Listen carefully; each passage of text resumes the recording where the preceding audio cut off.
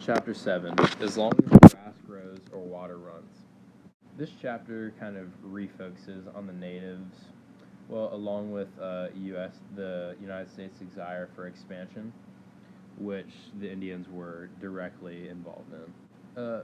Zen talks about how Thomas Jefferson had big plans of agriculture and civilization and just movement out west.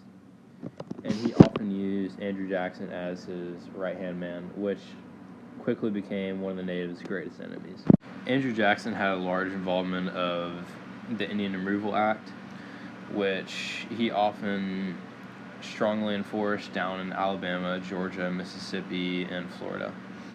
And throughout this chapter, we see the idea of Western capitalism really getting started throughout just lies to the Indians and how a lot of our country is built off lies and destruction.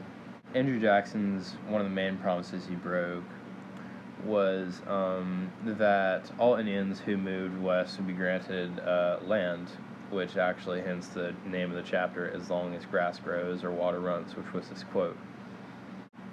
Jackson actually ended up getting involved with numerous Indian tribes such as the Creeks, Cherokees, Choctaws, and the Seminoles, which were mainly in Florida, and we actually gained Florida throughout this whole dilemma. Zinman talks about it's just a whole big depressing matter of how government broke endless promises to the Indians who were just trying to defend themselves and their families.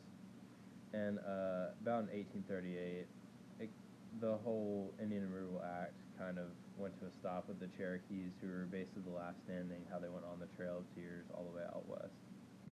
And it really is, now that I see, pretty disgusting to me how the government still saw this as a good idea and how it was good for the country, which I guess it was good for the country, except for the lives that came at the country's expense. And this chapter especially gives me a different perspective on how our country was built around lies and destruction and murder, and definitely makes you think twice about why we're here.